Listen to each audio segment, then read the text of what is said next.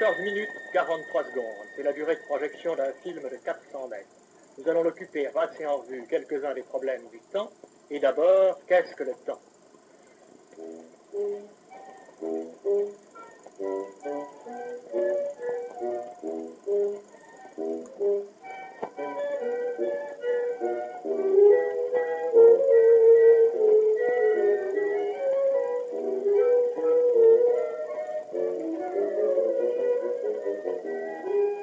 Coupé, monsieur?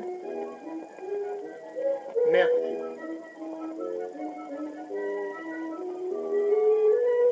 Prochain succès pour vous. Vous êtes marié. On va vous tendre un piège. Quelques menaces de maladie. Vous allez partir en voyage. Il vaudrait mieux ne pas partir maintenant. Je vois un accident près de vous. Un homme de loi vous est bénéfique. Encore annonce de départ. L'avenir nous échappe. Il est inaccessible, mais le présent, lui, est à nous.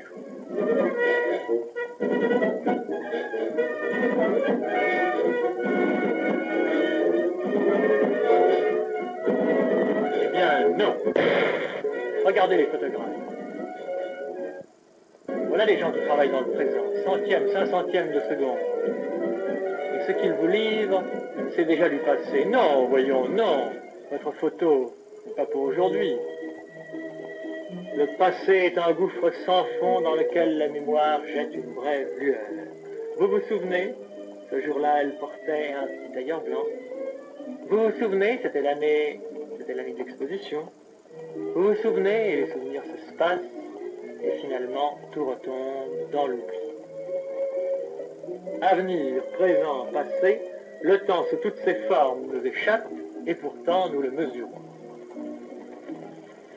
La Terre, emportée par le temps, roule dans l'espace. Un an, c'est le temps qu'elle met pour faire un tour autour du Soleil. Un jour, le temps qu'elle met pour faire un tour sur elle-même. Une heure, la 24e partie du jour. Une minute, la 60e partie de l'heure. Une seconde, la 60e partie de la minute. Chaque mécanisme d'horlogerie règle son mouvement sur la rotation de la Terre, c'est-à-dire sur la marche du ciel apparente autour de la Terre. À l'Observatoire de Paris, toutes les nuits, quand le temps est clair, on fait des observations d'astres pour en déduire l'heure exacte. L'astronome prend son poste d'observation sous la lunette méridienne. Il choisit une étoile et l'accompagne avec un fil mobile qui fera un signal au moment où il franchira l'axe de la lunette. Le temps qui s'écoulera entre ce passage et le passage de la même étoile à la même place le lendemain, c'est un jour sidéral. Notre temps à nous, c'est le temps solaire moyen, celui des astronomes, le temps sidéral. Il est facile de déduire l'un de l'autre. Quand les deux fils se croisent, un signal se fait sur la bande de papier où s'inscrivent d'autre part les battements de la pendule garde-temps de l'observatoire. Cette extraordinaire pendule, comparée chaque jour avec la marche des étoiles, est enfermée dans un caveau, dans les catacombes, à 28 mètres au-dessous du sol de l'observatoire. Elle est ainsi à l'abri des variations de température et de trépidation. Nul ne l'approche. C'est électriquement et à distance qu'on la remonte, électriquement qu'elle transmet chacun de ses battements au monde entier. Sa marche extraordinairement régulière ne doit être troublée par personne. Vous l'entendez? Elle est complètement isolée de l'atmosphère pour ne pas subir les variations de la pression barométrique.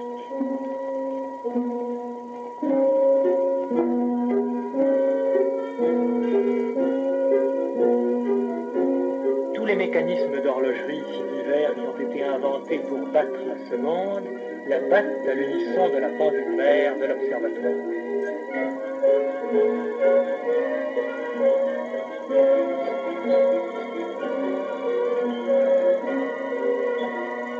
Si vous voulez connaître l'heure au dixième de seconde, consultez les horloges électriques de quartier. Si vous avez chez vous la radio, ou mieux le téléphone,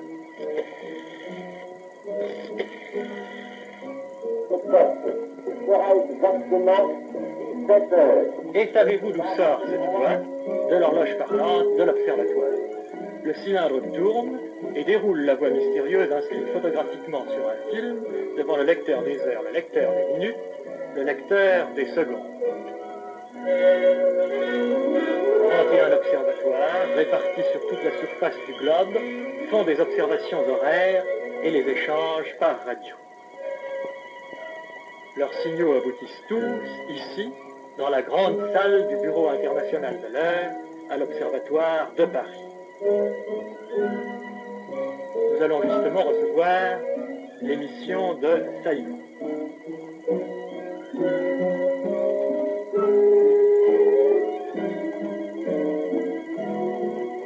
Sur ce cylindre, une toute petite fraction de seconde peut se lire. Vous allez voir. Le cylindre fait un tour par seconde. La feuille dépliée, 50 cm, représente une seconde. C'est donc un véritable microscope du temps. Avec la loupe et le vernier, vous pouvez lire le 10 millième de seconde. Un instrument de mesure, si précis qu'il soit, ne sert à rien si on ne peut pas l'appliquer sur la chose à mesurer. Pour étudier les pulsations du cœur, il faut inscrire son mouvement sur la surface d'un cylindre enregistreur.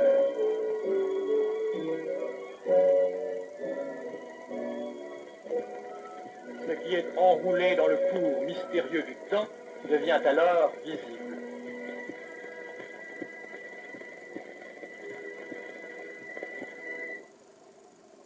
Nous sommes ici dans un service de l'identité judiciaire, 1,79 m. On y dresse les fiches anthropométriques des prévenus. Largeur frontale, 192 mm. Longueur de l'avant-bras, 51 cm. Mais qu'est-ce qui ne va donc pas, inspecteur? Vous avez oublié quelque chose? Ah, c'est l'âge. Avec tous vos appareils, vous n'êtes pas seulement capable de le déterminer, il faudra vous fier aux déclarations du prévenu. Vous voyez bien que le temps ne se laisse pas mesurer aussi facilement que l'espace. Enfui, il est insaisissable, sauf si on l'oblige à laisser une trace derrière lui au passage dans l'espace. Évoquons ici le souvenir du physiologiste français, qui, le premier, photographia le temps et s'en servit pour l'étude du mouvement des animaux. De la vitrine où il voisine avec le premier téléphone, le premier phonographe, le premier poste de TSF, au Conservatoire des Arts et Métiers, sortons avec respect le chronophotographe construit par Marais en 1882. C'est une sorte d'appareil photographique muni d'un disque obturateur à fente devant sa plaque. Si on règle la vitesse du disque de façon à obtenir 100 passages de la fente par seconde, l'appareil prend, un oiseau au vol par exemple, une photo tous les centièmes de seconde.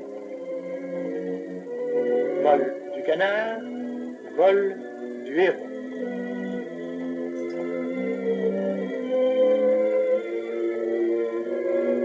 Marais inventa d'autres appareils chronophotographiques, comme son fameux fusil. Il révéla le premier comment le chat s'y prend pour retomber toujours sur ses pattes.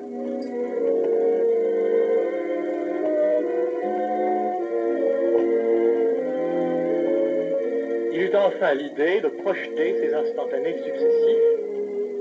Voici le résultat.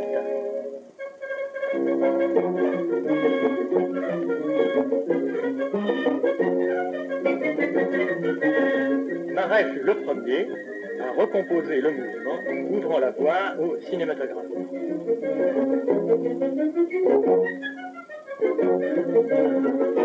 Du premier cinématographe, inventé par Louis Lumière en 1895, nous arrivons à l'appareil moderne de prise de vue.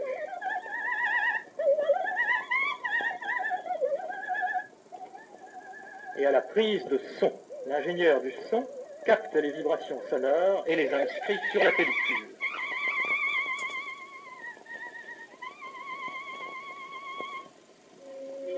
Déchargement de la caméra de prise de vue, déchargement de la caméra de prise de son, et après développement, voici le négatif image, le positif image, le positif son. La voix humaine est inscrite dans ces petites stridures. Si nous suivions la pellicule dans l'usine où se montent les films, nous aurions un singulier spectacle. Ici, le temps se débite au vif. Le temps s'enroule, se déroule, se coupe, s'additionne. Le temps passe à l'accéléré, s'inverse, passe au ralenti. Chaque boîte de film, c'est du temps mis en conserve. Il suffit de charger le film dans un appareil de projection et de le projeter pour que le temps soit miraculeusement restitué.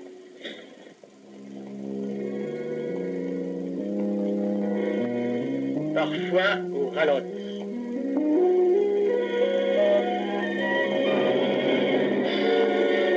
Parfois à l'envers.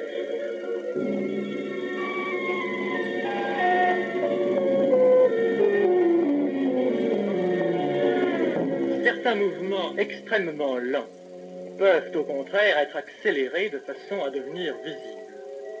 Et voici 3 exemples extraits des films du docteur Commandon. Croissance d'une plante de potiron, le temps est accéléré 2000 fois. Sommeil des pâquerettes, chaque soir, elle se ferme. Chaque matin, elle s'ouvre. Le soir suivant, elle se referme.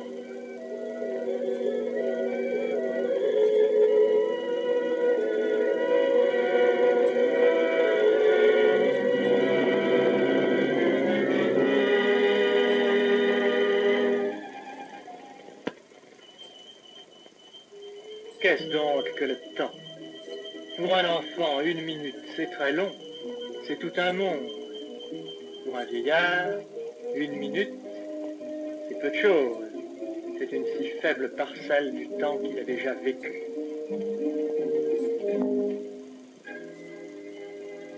Les joueurs d'échecs, penchés sur l'échiquier, le temps semble aboli pour eux. Ils ne sentent passer ni les minutes, ni les heures.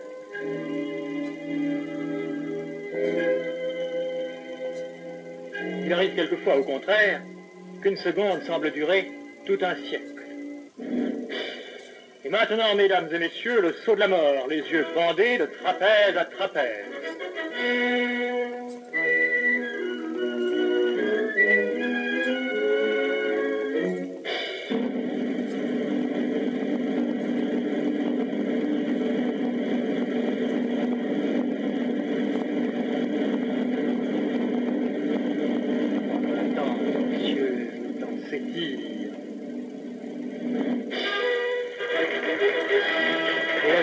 Ensuite à sa cadence normale. Notre temps est un temps limité. Encore 2 ou 3 milliards de contractions et notre cœur aura cessé de battre. Ce qui nous donne le sentiment du temps, ce n'est pas le passage de ces grains de sable tous semblables. C'est la boule du haut qui se vide, la boule du bas qui se remplit. La vraie mesure du temps pour l'homme, c'est le jour qui lutte avec la nuit qui lutte avec le jour. Ce n'est pas le tic-tac des secondes identiques, c'est la grande aiguille qui peu à peu ronge le cadran et qui, les unes après les autres, libère les heures.